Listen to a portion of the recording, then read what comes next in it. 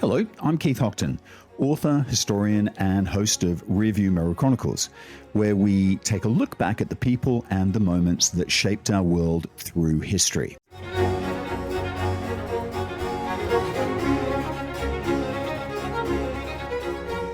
Olaf and Harald crash into the enemy line like a storm tearing through a forest. Men fall on every side, shields splinter, blood sprays into the air. For a moment, it's chaos, raw and intimate, the kind of violence where you feel another man's breath as you kill him.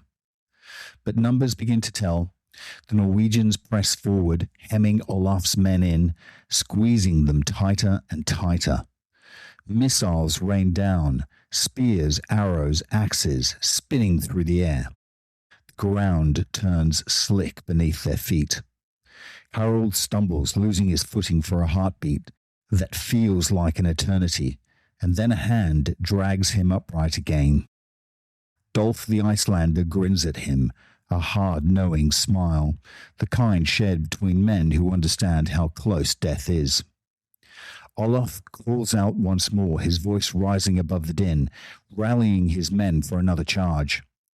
Above them, the sea serpent banner snaps and coils in the cold wind. But out of the corner of Harald's eye comes something far more dangerous, a figure cutting through the melee with terrifying purpose. Thor the Hound, teeth barred in savage delight, his black spear wet with blood, driving straight towards Olaf.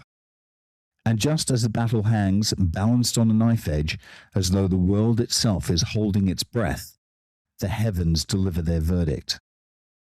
That, ladies and gentlemen, captures one of the defining moments in the life of the man who would become one of the greatest figures of medieval history, Harald Hardrada. But this isn't 1066. Not yet. This is earlier, much earlier. This is the year 1030, and the battlefield is Stiklestad in Norway, one of the most important and symbolic clashes in Norwegian history, bound up not just with kingship, but with the rise of Christianity itself. And at its heart, a mere teenager, Harald Hardrada. We're going to spend 2 episodes with him. The man that they called the Thunderbolt of the North, the last Viking, a warrior of such scale and energy that even in the age crowned with violence, he stands apart. When most of us first meet Harald, it's as a supporting character in the great drama of Norman conquest, one of the 3 contenders in a brutal contest for the English throne. He appears almost suddenly, crossing the North Sea, seizing York, and then colliding with Harold Godwinson at Stamford Bridge, in a battle that feels like the opening act of something even larger. But that's only the end of his story. What comes before is something else entirely, something I think that's richer, it's certainly stranger, and far more extraordinary. He fights his first battle as a boy. He's driven into exile. He becomes a mercenary in the court of the rulers of the Kievan Rus. He travels south across rivers and seas into the glittering, dangerous world of Constantinople. Then he joins the Varangian Guard, the emperor's elite warriors, and fights from Sicily to the edges of Armenia. He's drawn into the lethal intrigues of imperial politics, a world every bit as dangerous as the battlefield. And then, somehow, he returns north, not as a wanderer, but as a king. It's the arc of a legend, almost mythic, the exiled warrior who comes home to claim a throne. There's actually something really of Aragorn in it, of Lord of the Rings, but only, I think, if Aragorn had actually spent more time knee-deep in blood. But there are deeper currents here too, because Harold's life reveals something essential about the 11th century. This isn't a world of isolated kingdoms at the edge of the map. It's actually a really connected world. There are trade routes, there are political alliances, and warrior networks that stretch from the fjords of Norway all the way to the Black Sea, the Mediterranean, and beyond. And men like Harald move through these worlds with surprising ease, carrying their ambitions, their violence, and their stories with them. And in that movement, in that restless energy, you begin to see the final phase of the Viking Age taking shape. And when you look at the archaeology, the story becomes even richer. Across Viking Scandinavia, great silver hoards are being uncovered, buried wealth from a world that stretched far beyond the fjords. And that silver isn't just English. It comes from Byzantium, from the Islamic caliphates, from places far wealthier, far more sophisticated than the northern world that Harald was born into. This is a connected age. There's no doubt in my mind. A global age in its own way. And men like Harald move through it carrying not just swords, but silver, stories, and ambition. He's often called the last Viking, and I'll come back to that idea, but it's not just a romantic label. His life really does sit at the edge of something ending, and through him you glimpse the final embers of the Viking Age, and Scandinavia very much in transition. Villages become towns, warlords are becoming kings, paganism is giving way to Christianity. The loose raiding world of the Vikings is hardening into something more structured, more recognizably medieval, if you like. And Harold's life feels like a kind of full stop at the end of that long, violent sentence. Now, before we go any further, we need to talk about the sources, because they matter and they shape everything that follows.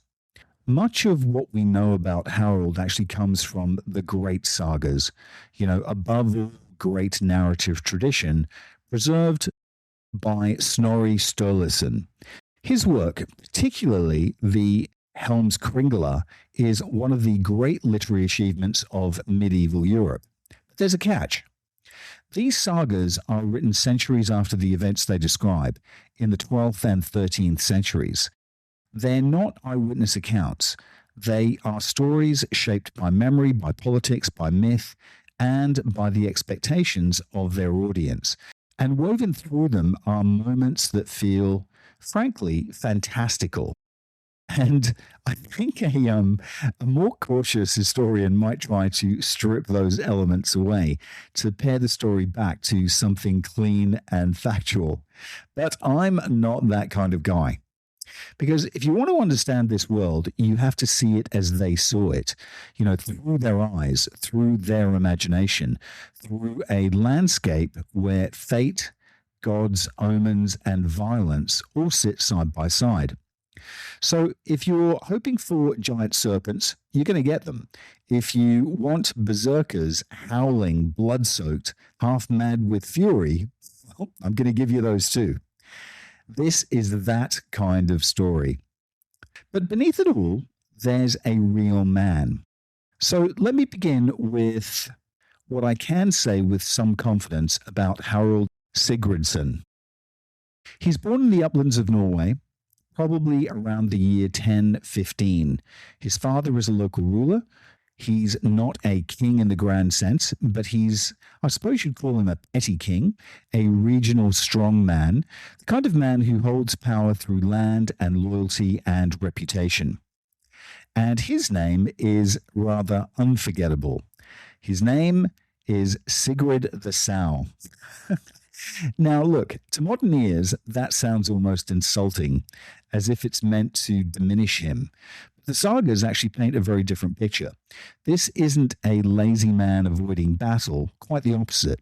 Sigurd is described as a careful and capable householder, a man who keeps his people working, who oversees his land with diligence, who works his fields, inspects his crops, his cattle, his smithies, a man grounded in the rhythms of farming rather than the chaos of war. And in that contrast, you can already sense the tension. Because from this practical, rooted father will come a son who spends much of his life in motion, in battle, and in blood. I always imagine Sigurd the Sow as slow moving, a deliberate man, the sort who would, the sort you would underestimate at your peril. Not flashy, not theatrical, but solid, deeply respected. The kind of figure who holds a community together rather than tears the world apart. His people trust him, they rely on him, and that, in its own way, is a very different kind of power. He's married to a woman named Asta, and through her, Harald is born into something much larger than a quiet farming life, because Asta has been married before to another regional strongman in western Norway, and from that earlier marriage, she already has a son. That son is Olaf II of Norway. So when Harald is born around 1015, Olaf is already about 20 years old, a fully formed warrior, already carving out a reputation that will echo across Scandinavia. And for the young Harald, this half-brother becomes everything. He's a hero, a model. He's someone to emulate. And we know far more about Olaf at this stage than we do actually about Harald. Because according to the sagas, Olaf begins fighting at the age of 12. He's already campaigning in places like Finland and Estonia, part of that restless Scandinavian war machine pushing outwards in every direction. He's there in England too, during the long, desperate reign of Ethelred the Unready. I did a podcast about him a few weeks ago, when Viking armies descend again and again on this kingdom struggling to hold itself together. At one point, Olaf serves under the formidable Thorkel the Tall, and in one of those twists that define the age, he even ends up fighting for Ethelred himself, switching sides, taking pay, doing what warriors of this world so often do. Tradition then credits him with helping to pull down London Bridge, a moment that would echo faintly and strangely into the nursery rhyme centuries later. Remember? London Bridge is falling down, falling down, falling down. But Olaf's world is not just England. He moves across the wider Viking network, spending time in Normandy, that crucial crossroads between Scandinavia and the rest of Europe. And there in Rouen, he is baptized a Christian. Now, later generations will remember him as a great champion of Christianity in Norway, a saint even. But whether he was ever truly pious, well, that's another question entirely. Because when you look at how he's described, particularly in the sagas preserved by Snorri Sturluson, you get a very different impression. Snorri says his eyes were as hard as serpents. His poets, his skalds call him the bearer of battle, a man who rewards loyalty with gold and feeds his enemies to the ravens. And I think there's very little there, if truth be told, about him turning the other cheek. There is, however, a great deal about smashing skulls, and I think at this particular time in history, that works. Through sheer force, through violence, through charisma, Olaf imposes himself on a patchwork of regional rulers that actually then start making up what becomes Norway. And by the time Harald is born, he's actually recognized as king. And in that, you can see the shift already underway. This is no longer just a loose world of raiders and chieftains. Something more structured is emerging. Kingship, authority, a sense, however fragile, of a unified realm.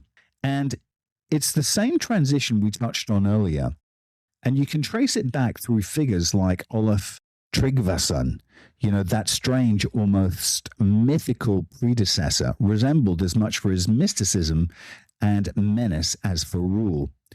But with Olaf the Stout, it feels sharper, I think harder, and I think much more deliberate.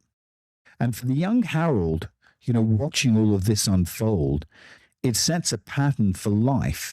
It sets a pattern for the life he is about to pursue. Olaf establishes a Christian monarchy, but he does so in a way that feels entirely in keeping with the age, through force, through spectacle, and at times extraordinary brutality carried out in the name of Christ. It's definitely not a gentle conversation of hearts and minds, but something far more direct, far more political, and far more violent. And in that sense, Harold Signason seems, even from the beginning, to be cut from the same cloth. And at this stage, however, he is still only a child, and yet already the stories begin to gather around him, shaping the legend before the man has fully emerged. And one of the earliest tales comes from when he is about 3 years old, shortly after the death of his father, Sigrid the Sow. Olaf, now king, comes to visit their hall in Ringerike, and you can almost picture the scene, the young, battle-hardened ruler returning to a household still grounded in farming and routine. Harold is there with his brothers, Gunthorm and Halfdan. And unlike their famous half-brother, they're actually very timid, almost overwhelmed by his presence. The sagas describe them as unable to meet his gaze, shrinking back from him as though, I suppose, instinctively aware of the force of his personality. Harold, however, behaves very differently. He climbs straight onto Olaf's lap, and with the complete lack of hesitation that only a very young child possesses, grabs his moustache and beard and kind of tugs at it. And it's such a small, vivid detail, but I think it captures something essential, because the sagas say that Olaf then laughs and in that moment makes a remark that feels almost like a prophecy, telling him that one day he will be a great fighter. And look, whether that happened or not, I don't know, but I like to think it does. Later, walking through the fields with his mother, Olaf comes across the boys again, now playing by a stream. And the contrast between them is telling. The others are pretending to be farmers, echoing the life of their father, imagining land, cattle, and stability. Harold, by contrast, is playing with ships, longships, the instruments of movement, of conquest and ambition, little ships that he's actually just carved. Olaf notices immediately and remarks that the day may come when he will command real ships, a comment that again feels very heavy with hindsight. He then asks the three of them a simple question. What would they most like in life? Gunthorm answers that he wants land. Halfdan says he wants cattle. Both answers rooted, when you think about it, in wealth and stability. Harold's answer is something else entirely. He wants housecarls, he wants warriors, and not just a few, but so many that they would consume all his brother's cattle in a single feast. And it's an answer that speaks not of possession, but in Olaf's mind of power. And he turns to their mother and says quite plainly that she is raising a king.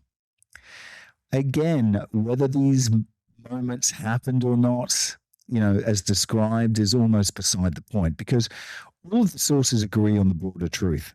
Harald is, from a very early age, an unusually formidable character. The sagas, particularly those preserved by Snorri Sturluson, paint a striking portrait of him as he grows older. He's described as handsome, with a noble bearing, with yellow hair, a short beard, and a long moustache. And with the curious detail that one eyebrow sits higher than the other, giving him an expression, I suppose, that can shift between charm and something far more dangerous. And when I think about that, Roger Moore comes to mind. He's also very tall, certainly taller than most men around him. And although the measurements given in the sources are likely exaggerated, there is little doubt in my mind that he had a very strong physical presence. And this matters because in a world where leadership is so often formed face to face, in the hall or on the battlefield, appearance and bearing carry real weight. So he's not only seen as a real leader, he looks like one. Yet, what makes him particularly interesting is this combination of traits that emerge from the sagas. He is stern and severe towards his enemies, capable of great cruelty, but he's also quick witted, capable of humor, and crucially, he's a poet. According to the tradition, he composes verses even in moments of danger, which speaks to something deeply embedded in Viking culture. There is a distinctive sensibility at work here, a kind of fatalism combined with defiance, where a man meets danger not with silence, but with wit and even with laughter. So it's not difficult to imagine how this takes shape.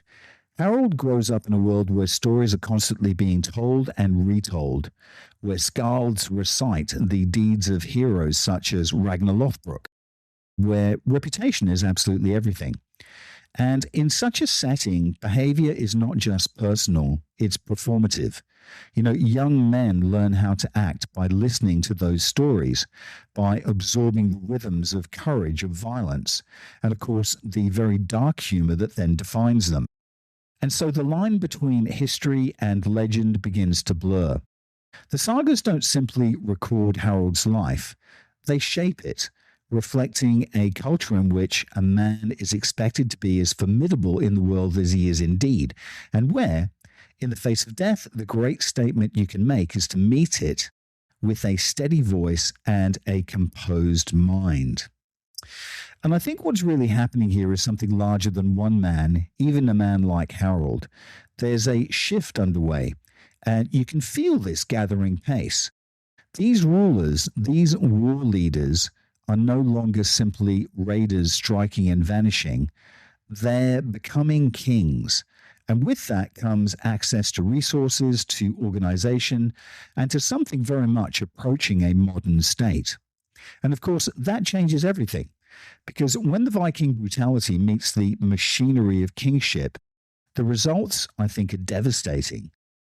These are no longer small-scale raids on isolated monasteries. These are invasions, deliberate, organized, sustained.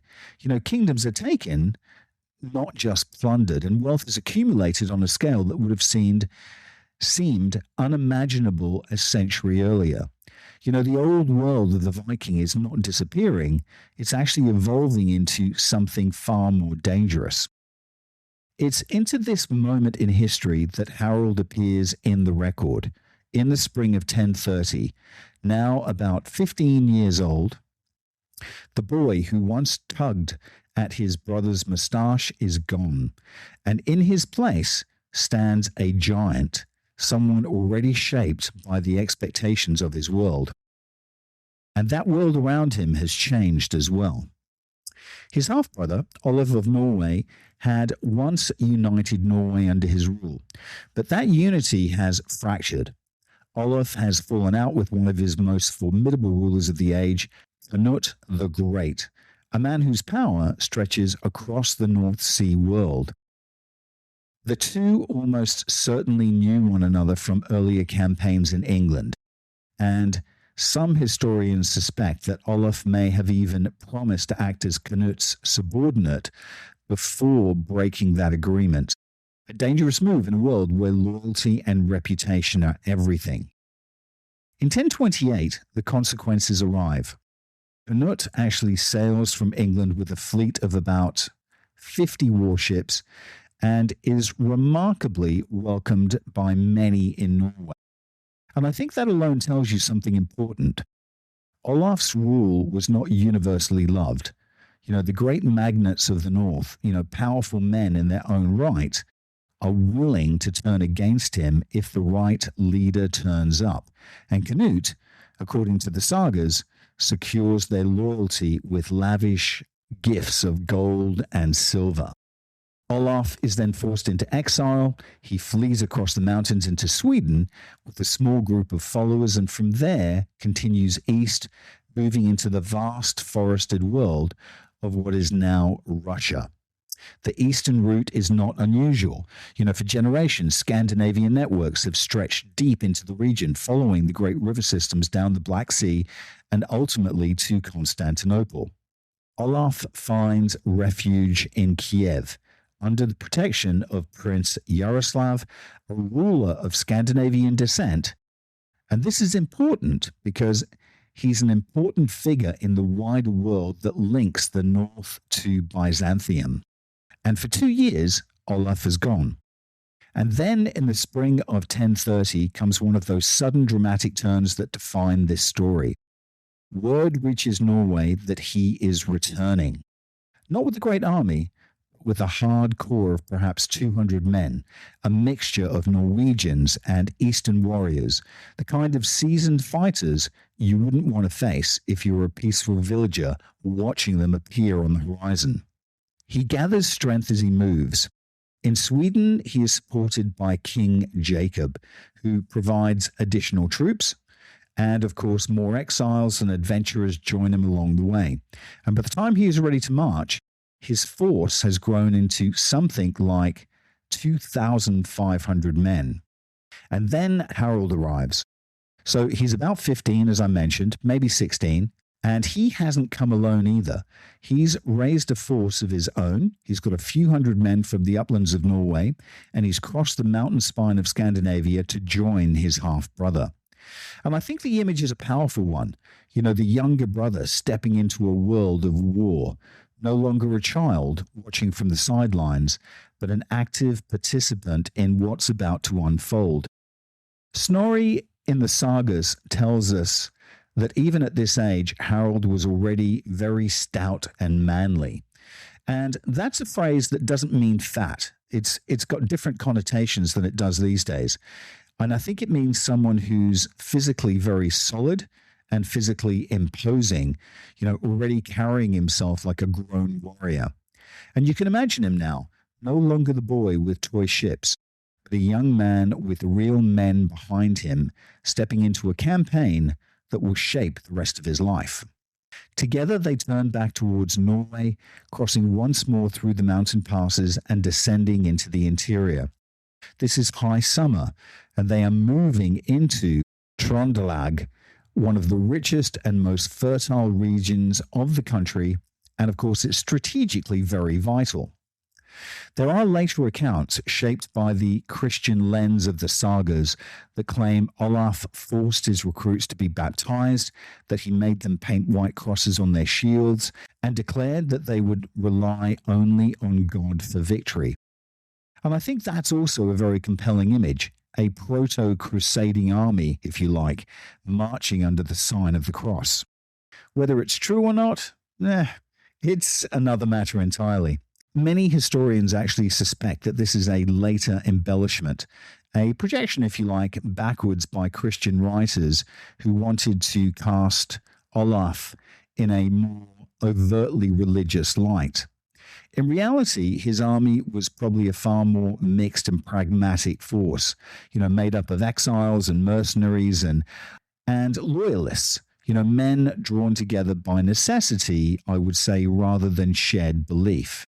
But even if the details are uncertain, the direction of travel is clear. They move through the valley, and at its end lies the farm at Stiklestad, the place where everything will be decided. It's here, in this quiet stretch of Norwegian countryside, that one of the most famous battles in the nation's history is about to unfold.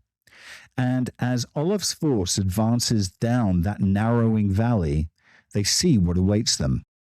A vast army, drawn up and ready. These are not foreign invaders, folks, not distant enemies, but Norwegians, loyalists to Knut the Great, local magnates, farmers, men defending their land and their families. They're not romantic figures in this story. They would have been frightened, they would have been incredibly angry and determined, and the arrival of Olaf with this band of hardened fighters and Eastern mercenaries looks less like a restoration and more like a threat. And of course, leading them is a formidable cast of characters, the kind that only the sagas can truly bring to life. There is Karlf Arneson, a powerful local leader, and Knut loyalist, a man who understands both politics and violence. There is Thorsten the shipwright, who bears a personal grudge after Olaf confiscated his ship, described with typical saga understatement as a skilled killer of men. Then there is the most unsettling figure of all, Thori the Hound, a warlord from the far north, a man wrapped in the aura of something older and stranger than Christianity, someone touched, perhaps, by the shamanistic traditions of the Sami world. He is described as wearing a cloak of reindeer skins, imbued with such magic that no weapon can pierce him. He's 7 foot tall. He carries a spear that's said to be enchanted, and he's already decided how this battle will end. Simply, he will kill Olaf. Across the field, the contrast, I would think, couldn't be sharper. Olaf's army is outnumbered, perhaps 4-1, but it's composed of experienced fighters, men who have campaigned across Europe, who understand the mechanics of war. The opposing force is larger, sure, but more uneven, driven as much by fear and fury as by discipline. Kalf Arneson raises his banner and addresses his men with brutal clarity. Fight bravely, he tells them, or be remembered as cowards. Show no mercy because none will be shown to you. Olaf responds in kind. His banner, the sea serpent, rises above his line, and he draws his sword, known as Cutter. His speech is simple, direct, and fatalistic. Numbers don't decide victory, he says. Fate does. He will not flee. He will either triumph or he will die. Around him gathers his closest companions, figures who feel almost carved out of legend. Bjorn the Bear, a name that barely needs explanation. And I think that's really quite funny because Bjorn actually means bear. So he's being called Bear the Bear. But I think Bjorn the Bear is a name that's given to him for the non-Norwegians, so they can actually differentiate between it. Either way, I'm kind of taking away from his incredible power. With him is Ragnvaldur Rusason, son of the Earl of Orkney. A reminder, a very good reminder actually, that the Viking world still stretches far beyond Norway itself. And of course, then there is Harald, still young, still not yet the figure he will become, but already impossible to ignore. Olaf, perhaps instinctively protective, suggests that he shouldn't take part, that he's still a child. But Harald refuses. He insists that he is strong enough to fight, strong enough to stand in the shield wall, and if necessary, he says he can prove it. It's here that the sagas give us one of these moments that feels almost too perfect, and yet entirely in keeping with the culture they described. Faced with the prospect of battle, Harald composes a verse. Not later, not in reflection, but in the moment itself, as if poetry and violence are simply two expressions of the same instinct. He will stand, he says, he will hold firm with heart and hand, and his mother will one day see the battered, blood-stained shield he carries from this fight. And by early afternoon, the two armies begin to move. The tension, as you can imagine, is palatable. It builds. The shouting rises, voices carry across the field, Olaf urging his men forward, Thori calling out from the opposing line, each side bracing itself for what is about to take place. And then suddenly, the distance collapses. The lines crash together. At first, Olaf's men seem to have the advantage. They are more experienced, more cohesive, and it's in those initial moments where things really matter. They push forward, breaking the enemy line, creating space, driving their opponents back. But of course, battles are rarely decided in the opening clash. And here, as time stretches on, the numbers begin to tell. 4-1 isn't something that skill alone can overcome. And slowly, almost inevitably, the weight of the opposing force begins to press in. And what had looked for a moment like a breakthrough starts to turn into something far more dangerous.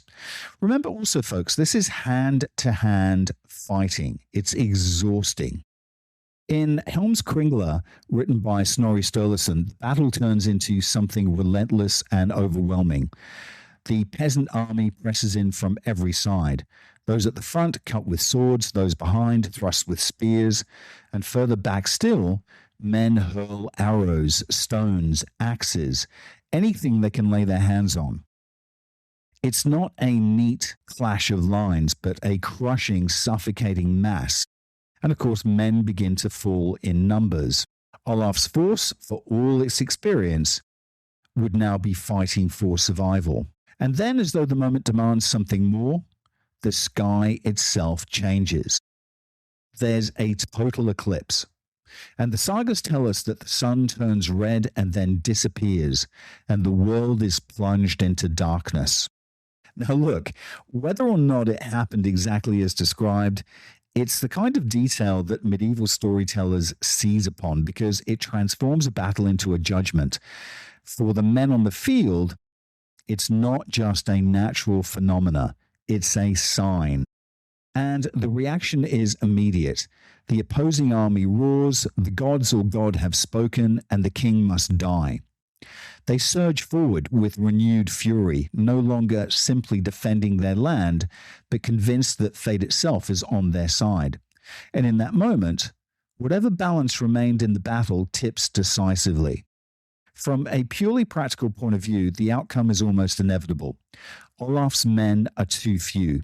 They are gradually overwhelmed, standard bearers fall, the sea serpent banner is cut down, and once that symbol collapses, so too does morale. The line breaks, men begin to run, and somewhere in that chaos, Olaf himself is killed. And of course, that's the historian's virgin. The sagas, of course, give us something far more vivid. They focus the entire battle into a single, almost mythic confrontation. Olaf against Thori the Hound. Olaf strikes first, a powerful blow, but Thori is protected. His reindeer skin cloak, said to be enchanted, turns the strike aside. Then Thorsten, the shipwright, joins in, hacking at Olaf's leg, bringing him down. He stumbles over a rock, a detail so specific that even today there is a stone on the battlefield known as Olaf's Stone. And of course, then it comes to an end. Thori drives his spear up beneath Olaf's mail shirt and into his chest. Karlf Anderson follows with a blow to the neck, and just like that, the king is dead. There is in the sagas a sense that this has already been foretold. Olaf, we are told, has dreamed of another king, Olaf Tryggvason, who reassures him that to die in battle is a glorious fate. It's the kind of detail that blends Christianity and older Viking fatalism into something uniquely of its time. A warrior doesn't need to be told that death in battle is honorable, but it helps, perhaps, to believe that it's also part of the larger plan.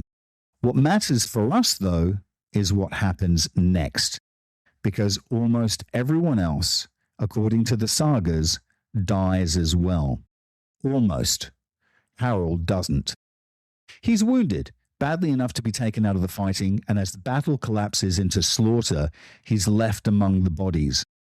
It's not one of those moments that history turns on, a young man lying unnoticed in the aftermath of a lost battle. And then, improbably, he's saved. Rogvald Bruason, the son of the Earl of Orkney, finds him, he lifts him, and then drags him away from the field and into the woods. Behind them, Thori the Hound is leading a search, hunting down survivors, finishing what the battle began. But somehow they manage to evade him. They reach a forester's hut deep in the woods, and there the wounded Harald is taken in and hidden, nursed back to strength until he can travel again. Now, this part of the story has a distinctive fairy tale quality to it, and it's reasonable to be a little bit skeptical about the details. But what isn't in doubt is the outcome. Olaf is dead, and his body doesn't remain on the field. Supporters recover it, they carry it away, and they bury it in secret in a sandy bank near Nidaros. And that burial, quiet though it may seem, becomes one of the most important moments in the Christianization of Norway, because in death, Olaf will become something he never fully was in life, a saint. And for Harald, lying wounded but alive, it marks the end of one life and the beginning of another. What follows in the years after Stiklestad begins to shift from battlefield to legend, and from legend into something even more powerful. Because Olaf's death doesn't end his story. In many ways, it begins Harald's story. His fall at Stiklestad is quickly reinterpreted, reshaped, and elevated into martyrdom. The king who died in battle becomes a saint, Olaf II of Norway, and his relics become the focus of pilgrimage. Shrines are built, churches are dedicated, and his memory is woven into the very identity of Norway as a Christian kingdom. It's one of those moments where history turns into belief, and that belief turns into a national myth. And somewhere in the shadow of that transformation, Harald slips away. Brusen actually leaves him in the care of the woodsman, and for days, I would say weeks, we're not entirely sure, Harald recovers. His wounds heal slowly, and when he is finally strong enough to move, the woodsman's son agrees to guide him out. And what follows has the unmistakable feel of a saga, but also of something more archetypal. They avoid the roads. They move through the forests and over the mountains. Harald keeps his face hidden beneath a hooded cloak, traveling not as a prince, not as a warrior of renown, but as a fugitive. And there's something almost mythic in this image. You know, the future king reduced to a shadow moving through the wilderness, a kind of northern ranger, slipping between the worlds. And true to form, even in this moment of defeat, he composes a verse. It's not his finest, I have to say, but it hardly matters. The act itself is the point. Even now, especially now, he defines himself through words as well as deeds. A young man exhausted, wounded, hunted, still thinking in terms of future fame, still convinced that this isn't the end of his story. Eventually they emerge from the wild country into Sweden. The Baltic lies ahead. Harald reunites with Rogenvald, and together they endure the winter, brooding on defeat, on loss, and on what they do next. And then, with the coming of spring, they make their decision. They hire a ship and they sail east. And let's just take a quick break, and we'll be back in a second with part 2. Autonomous is your one-stop shop for your Malaysia My Second Home visa. But they are much, much more than that. When you sign up with Autonomous, you become part of a larger community. A community that actually cares about you and your family in Malaysia. And that's important when you move to a new home. For more information, go talk to TG or WhatsApp him on +60 12 49 37 270 or visit their website penangmyhome.com. And we're back. I have to say, I think it's one of the great turning points, not just in Harald's life, but in the wider Viking story, because for 2 centuries, Scandinavians have not only been sailing west to England and beyond, but actually east, across the Baltic and into the vast river systems of Eastern Europe. And this is another world entirely, but one that is deeply connected to the Viking sphere. They cross the Baltic, likely heading towards the region around modern-day St. Petersburg. And from there, they begin the long journey inland, up the river Neva, into Lake Lagoda, and beyond that to Straya Lagoda, a place that actually feels, even in its description, like a frontier town at the edge of the known world. A muddy, crowded, dangerous settlement filled with traders and warriors and wanderers from across continents.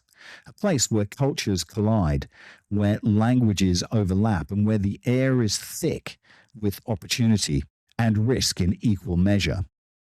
This is the beginning of what was known as the land of the Rus, a network of settlements stretching deep into Eastern Europe, linked by rivers that flow south towards the Black Sea and ultimately down to Constantinople. Over time, this world gives rise to names that still echo today: Russia, Belarus, Ruthenia, all rooted in one way or another in these very early movements of people and power. And for Harald, this journey must have felt like stepping into something vast and almost unimaginable, because beyond these rivers lie the great cities of the East. Constantinople, the glittering capital of the Eastern Roman Empire, the wealthy courts of the Islamic world, places of extraordinary richness, sophistication, and danger, far removed from the harsher, simpler world of Norway. But I also have to say, the journey itself is no less extraordinary. And it's easy to see why it feels, even now, almost like something out of myth. A young warrior, cast out from his home, traveling through forests, across seas, and into a world of strange cities and unfamiliar gods, carrying with him both the memory of defeat and the certainty that his story is actually far from over. Because if Stiklestad marks the end of one chapter, then this voyage east is where Harald Hardrada truly begins. Harald's journey east now begins to open into something far larger and far stranger than anything he has known before. He reaches what will become Novgorod, and even that must have felt extraordinary. A town built almost entirely of wood, so much so that even the surviving documents are written on birch bark. The streets themselves are wooden walkways, raised above the mud, a place that feels temporary and yet strangely alive, and incredibly rough-edged and bustling. From there, the journey continues south deeper into the river systems that define the world. They cross Lake Iman, haul their boats through forests, drag them overland between rivers, navigating rapids and hostile terrain. It's slow, dangerous, exhausting work. And it's not just nature that they have to contend with. There are bandits in the woods. There are rival tribes, all unpredictable hazards of a frontier that is very loosely controlled. And then at last, something would have changed. They would have rounded a bend and they see it. Kiev. Rising above the Dnieper on high bluffs, it must have seemed almost unreal. A city of scale and ambition far beyond anything Harald has ever seen. Perhaps 50,000 people live there, making it vastly larger than most Western cities of the time, even larger than London. It's not just its size, but it's its character. This is a place consciously modeled on something greater, a kind of northern echo of Constantinople, the great imperial capital that lies further south. Kiev is not a simple Viking settlement. It's something more complex, more layered, a meeting point of both worlds. The state itself, Kievan Rus, traces its origins back to Scandinavian adventurers, but it's already began to change. Its rulers have adopted Christianity, its culture is blending Slavic and Norse elements, and its ambitions are tied increasingly to the great powers of the East. The conversion of Vladimir the Great in 988 is a real turning point, aligning the Rus with the Byzantine Empire and linking them into a much wider political and religious world.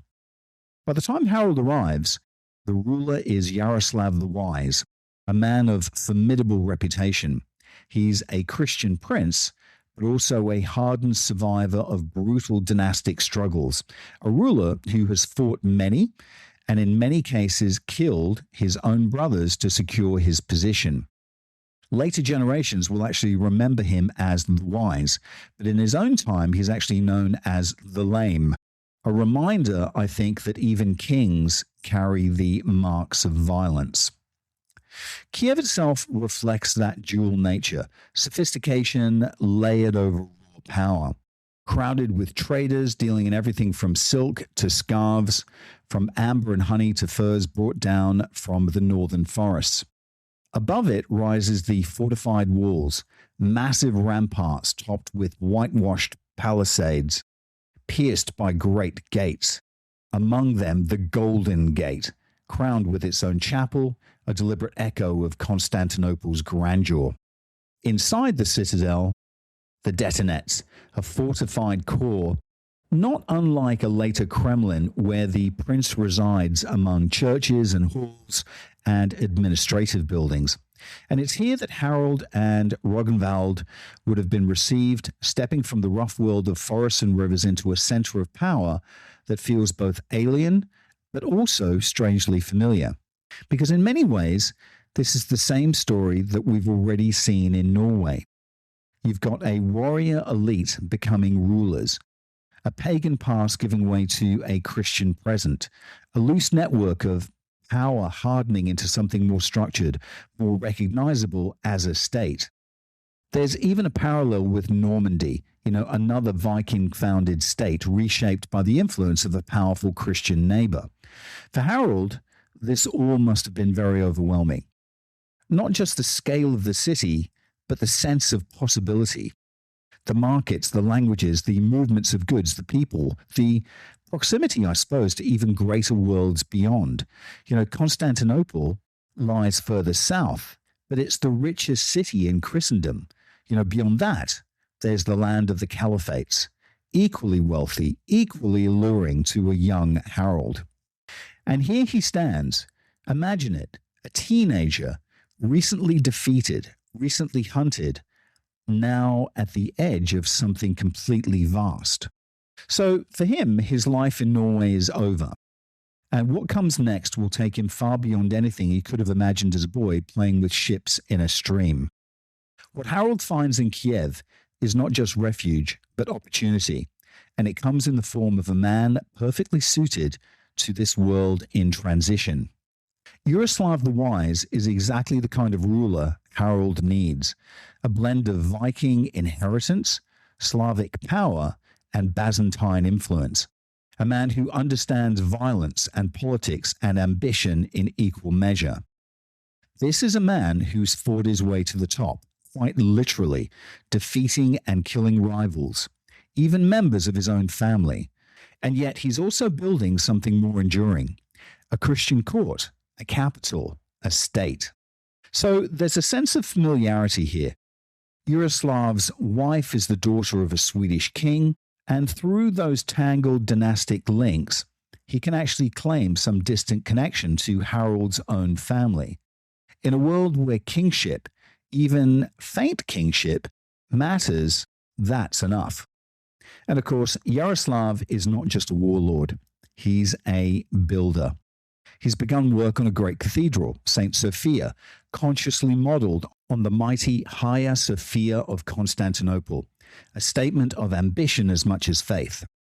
This is a ruler who wants Kiev to stand alongside the great cities of the world, not merely survive on their margins. For Harald, this must have been intoxicating. According to the sagas, they're both received warmly. Scandinavian warriors are valued here. And Harald, young though he is, already carries the aura of someone destined for more.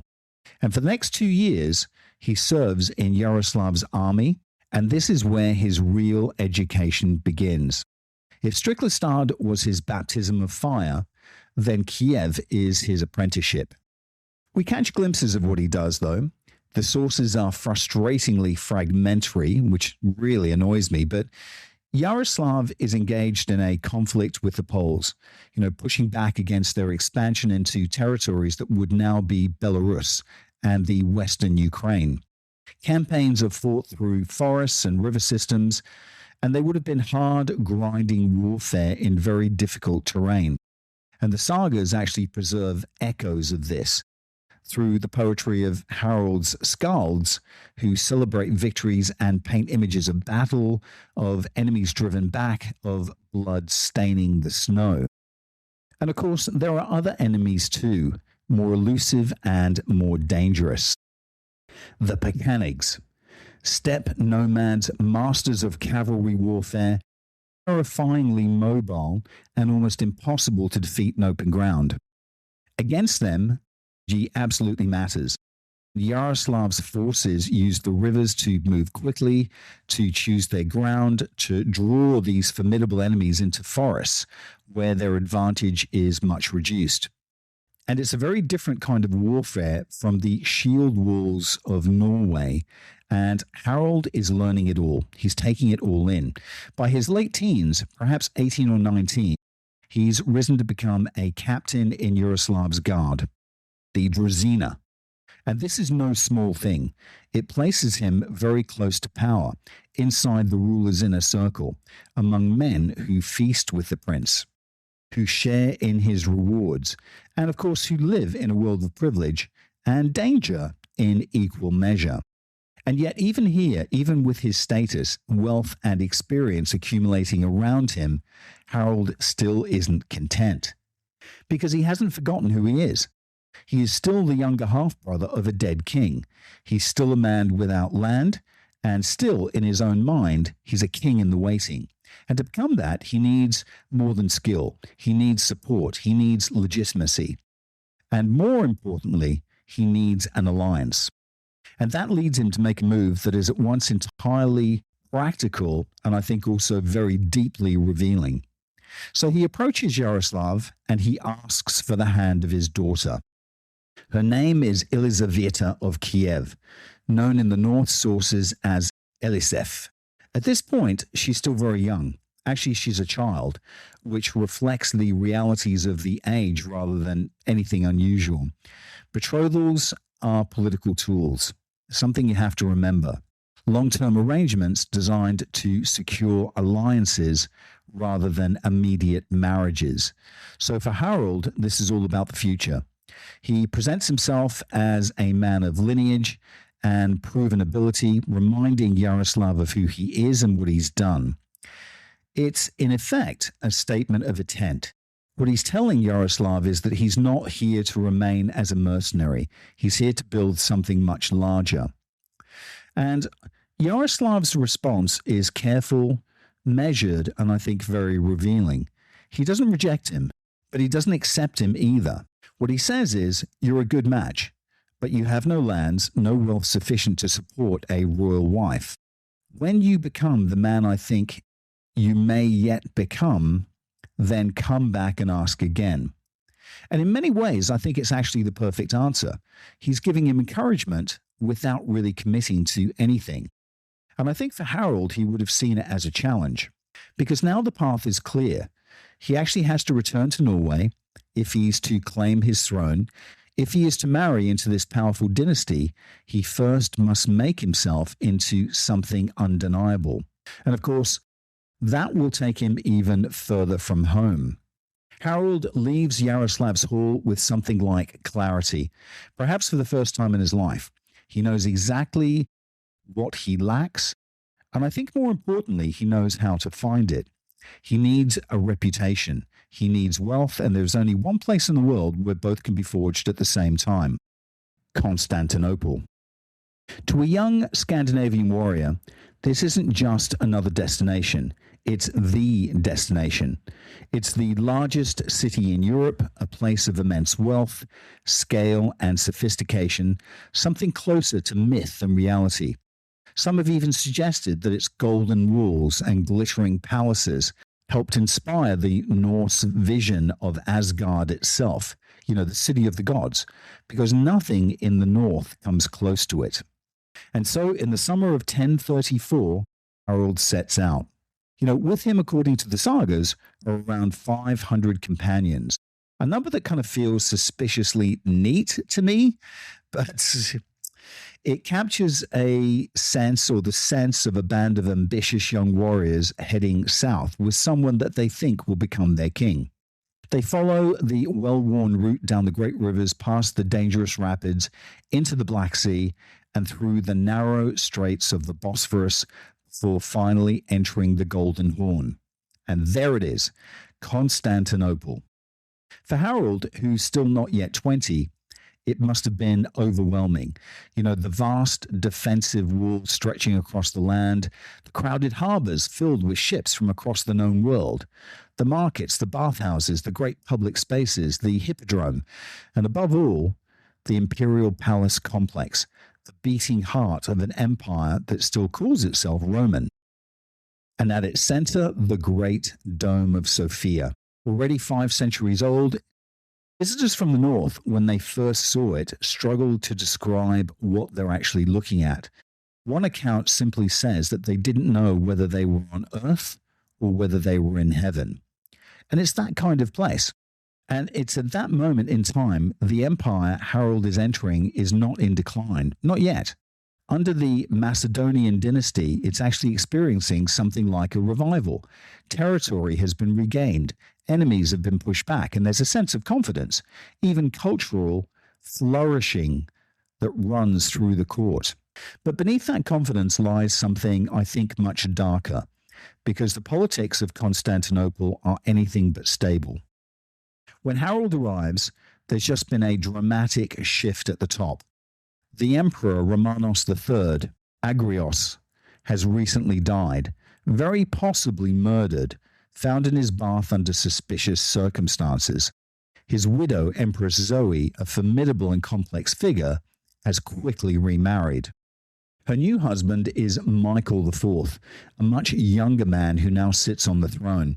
Behind him, wielding the real power, is his brother, the eunuch John, one of those extraordinary Byzantine figures who operates in the shadows while shaping the fate of the empire itself.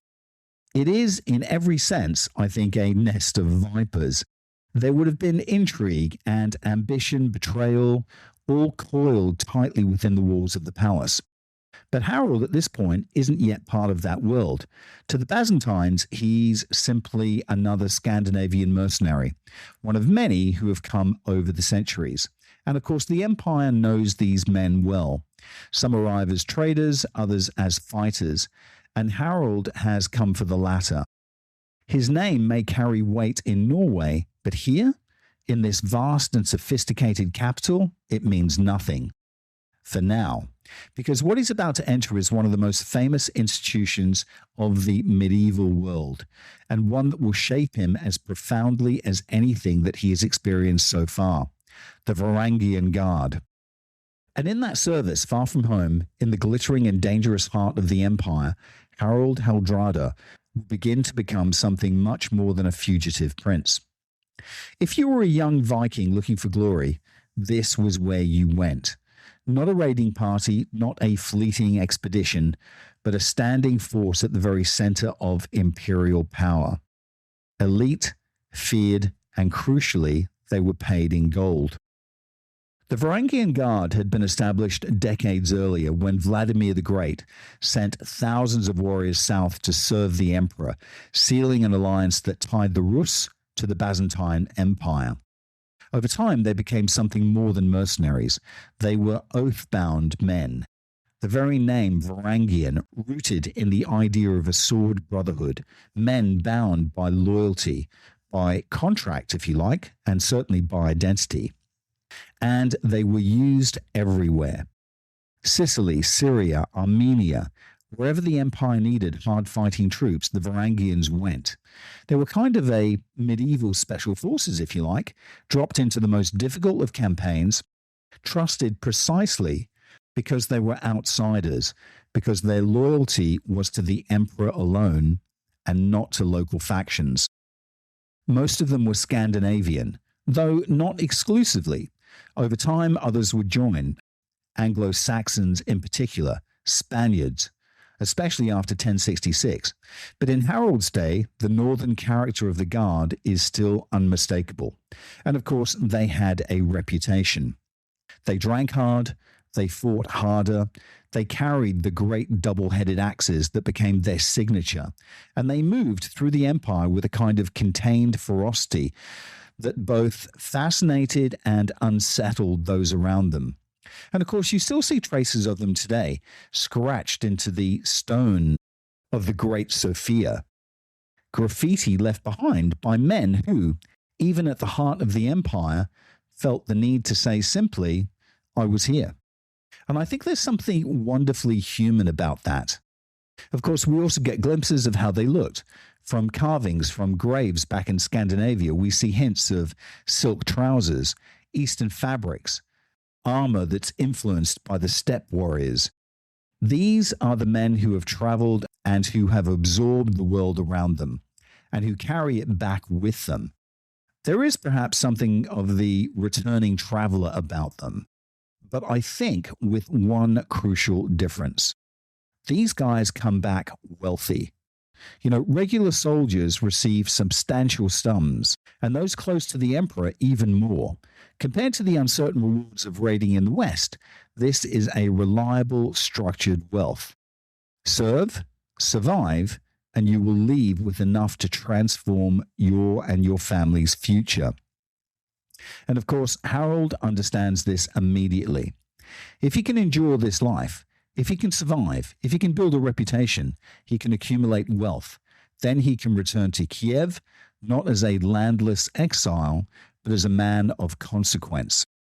And beyond that, he can begin to think about Norway again, about vengeance, about kingship, about reclaiming what he knows to be his.